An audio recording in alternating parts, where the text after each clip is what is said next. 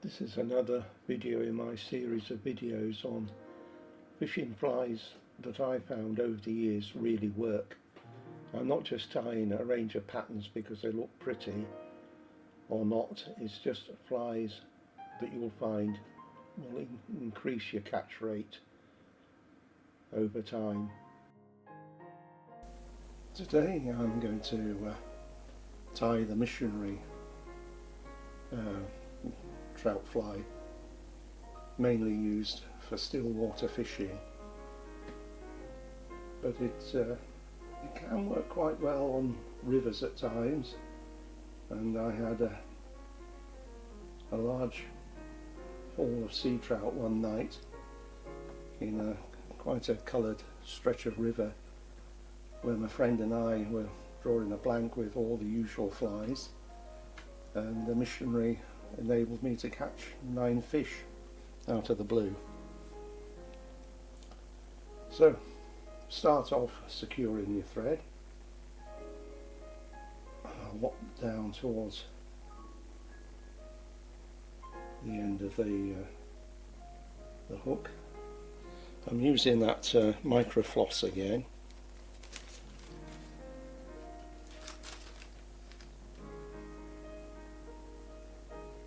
And I'm using a Future Fly saddle, hen saddle.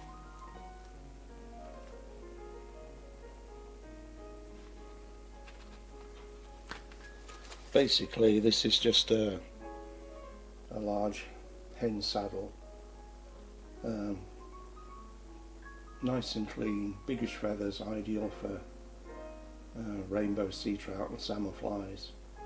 And for the tail I'm going to use these fluffy downy feathers at the base here. So I'll just remove the waist.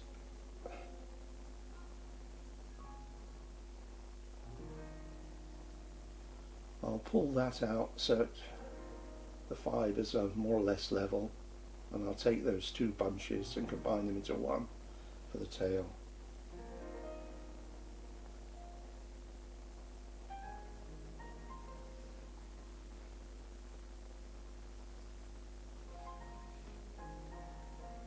I'm using the fibrous fluffy part of the feather so that the tail has a lot more movement and life in it. Next thing I want to tie on is a little bit of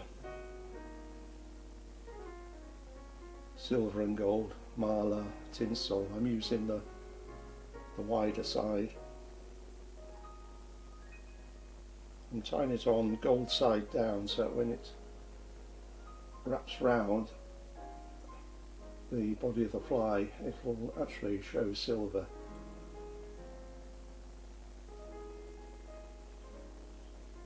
Right, that's secure for now. And this is my white chenille. And interestingly, I got this white chenille looking for some suitable wool to do baby doll flies, but it appears now that knitters are using this sort of chenille rather than the fluffy wool that people used to use for making sweaters for babies and so on. So I'll pull off a few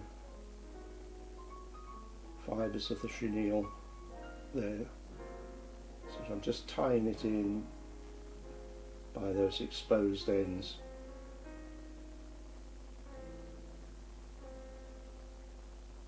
And whip yourself up to where you'd like the head to be, which is a few millimetres near the top. And now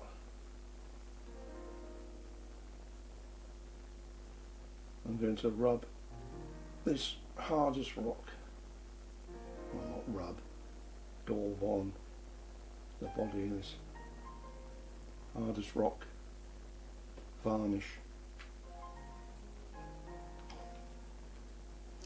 And the purpose of that is to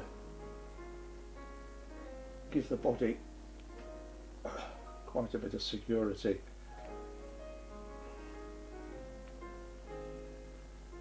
That will dry and bond the chenille to the hook shank, which will make your fly last an awful lot longer.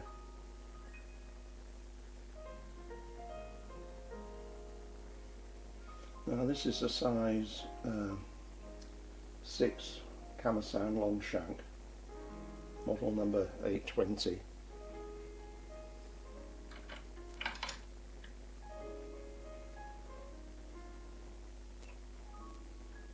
Cut that off.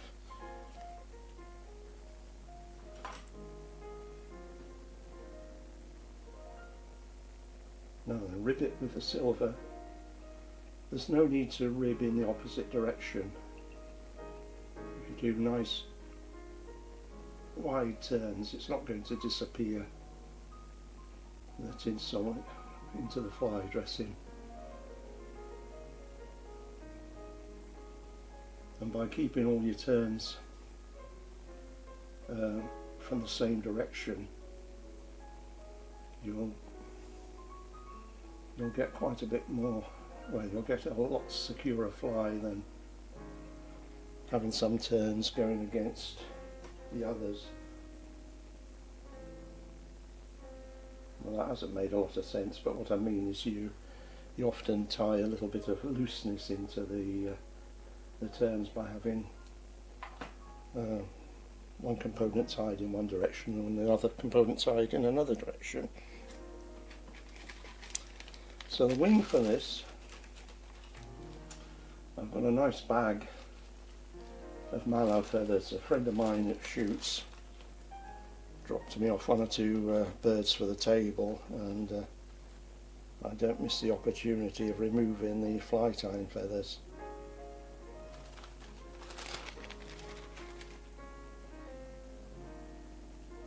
So the feather you're looking for is this mallard flank feather. And the winging, when it's done properly for the missionary fly, is not the traditional winging where you have two strips of feather, one from each side of the bird. It's one feather laid on top of the dressing, and it acts like a kind of roof. So when this fly is falling through the water, it has a zigzag path through the water and adds a bit more movement than you'd normally expect, and it really does work. But unfortunately, a lot of the flies that are sold ignore that proper dressing and just do it any old way. So ideally you want the wing to be to end roughly where the tail ends. So I'll put that into place. 3 loosish turns.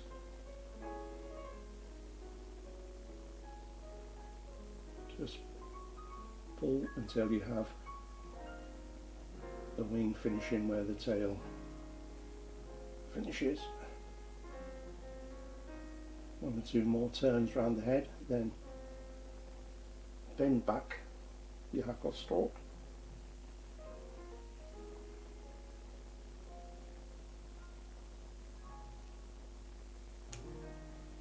Cut it off.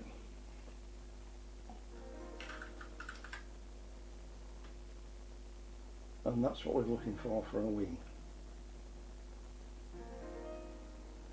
Now then, if you're lucky enough to have a vise like mine where you can invert it, do so, because you want the what's called the throat hackle.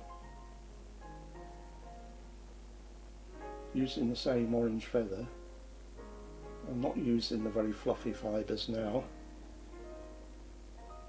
I want what's basically the normal hen fibres.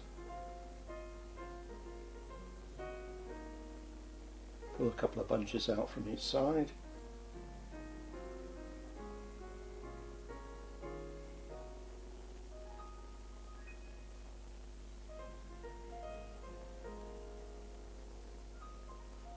bunch them together, decide how long I want the hackle.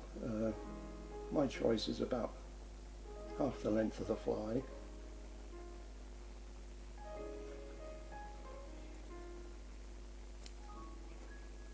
So cut them down to that length,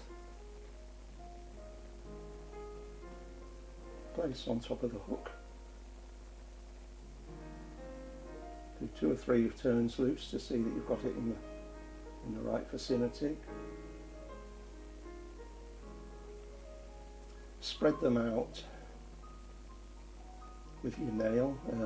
If you bite your nails, you can use like the edge of a spoon or a blunt screwdriver or something like that to put a bit of pressure and spread your fibres round.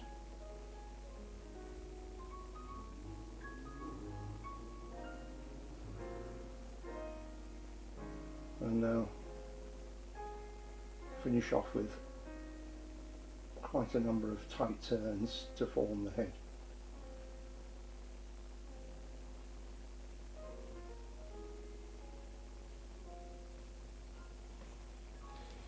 And when I'm going to find where I put it, here it is. I'll get my whip finish tool.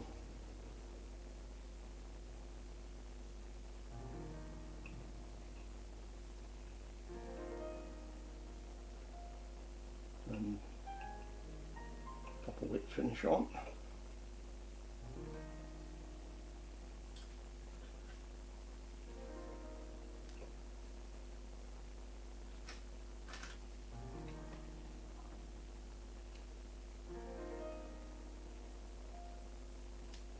So varnish the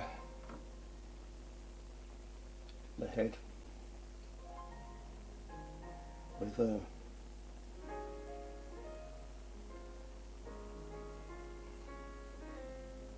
little drop of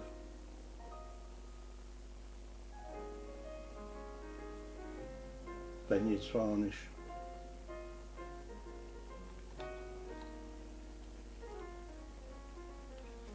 Now, this sort of dressing doesn't have to be laid out in stone. In fact, if you look in 1 or 2 books, they say that it should be red tail and red hackles, but most of the literature I've got on it says orange. So my big capture of sea trout was with the oranged version.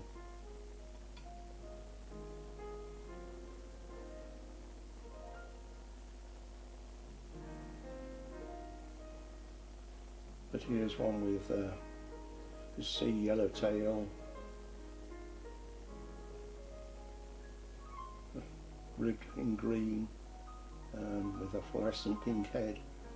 All these kind of things have an attraction for sea trout, and in some cases brown trout. And I rather think the traditional one looks quite nice with a copper ribbon as opposed to silver. Anyway, I hope you like this. I'd appreciate you subscribing or ticking the like box. It helps me get the videos out there, and there's a few more to come. Thank you for watching. Bye for now.